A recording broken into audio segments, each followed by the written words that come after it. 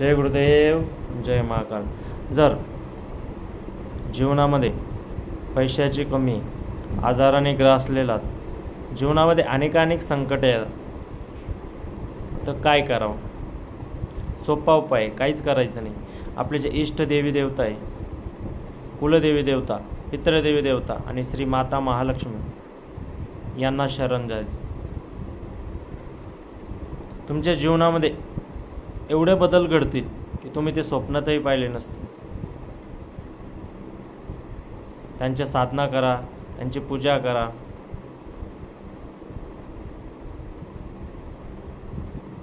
तुम्ही बघाल जे तुम्ही स्वप्नातही पाहिले नसेल ते तुम्हाला मिळेल. तुमचे रोग दूर होतील, तुमच्याकडे पैसे येतील, पैशाची कमी कधीच नसणार, कारण लक्ष्मी माता प्रसन्न असणार, आपले पितृदेवी देवता प्रसन्न असणार, कुलदेवी देवता आपले प्रसन्न असेल आणि इष्टदेवी देवता, एवढे ज्या 4 देवता आपल्यावर जर प्रसन्न असतील तर अशा काही गोष्टी आपल्या जीवनात घडतील की तुम्ही त्या स्वप्नातही विचार केलेला नसेल. एवढे चमत्कार आपल्या जीवनामध्ये घडतील. एवढं तुम्ही उच्च पदावर जासाल,